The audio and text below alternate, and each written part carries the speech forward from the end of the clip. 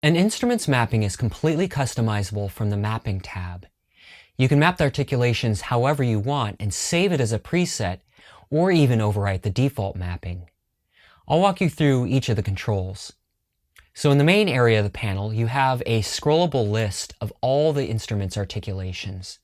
And then when clicking on an articulation, you'll see some additional controls appear. From left to right, there's a power button, and this lets you turn the articulation on and off.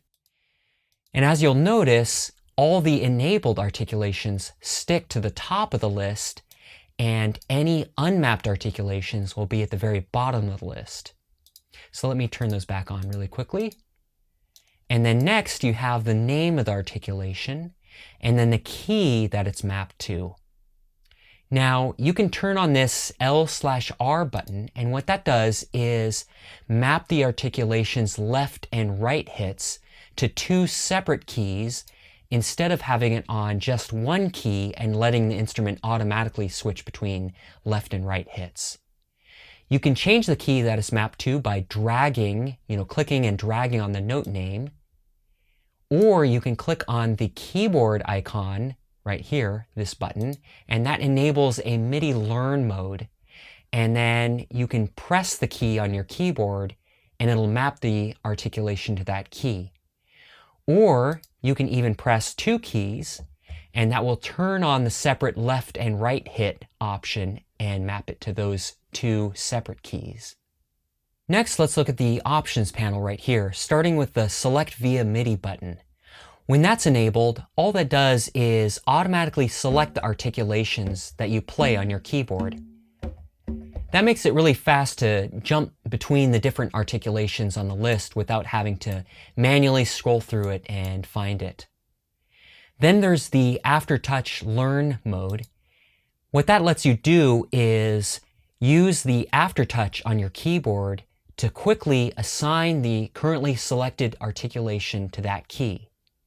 So if I press the key on my keyboard, here let's map it down here, and then press a little further to trigger the Aftertouch, it'll map it to that key. Or you can even map it to two keys using that same approach. When combined with the Select via MIDI option, it makes it really fast and convenient to map articulations quickly to different keys.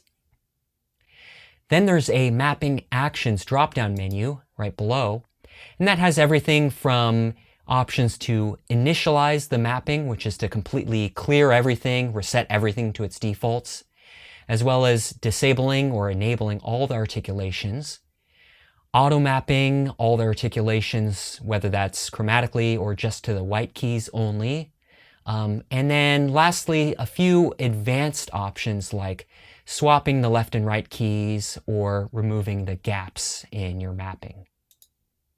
Then you have a few options to load and save mappings. So you can either load the default mapping or import it from a file, or if you have any mappings that you've saved and placed in your mappings folder, they'll show up on this list here as well. And then below that, you have the Save Keymap option, wherein you can either overwrite the default mapping for the instrument or export it to an external file.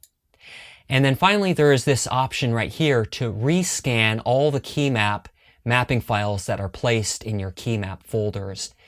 So whenever you save a new keymap file in that folder, or say you download some online and you put it in that folder, you'll need to click on this Rescan Keymaps mode to scan all the available options. So finally, let's take a look at the controls in the Transpose panel right here. These give you some different options for moving the instrument's entire mapping around on your keyboard, whether that's by the octave using this control or by semitone. And then lastly, there's a knob labeled key shift.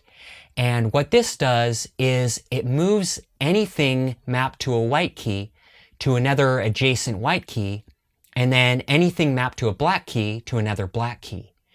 And that's really useful in case you prefer to keep things like effects, like flams and drags, mapped to just the black keys.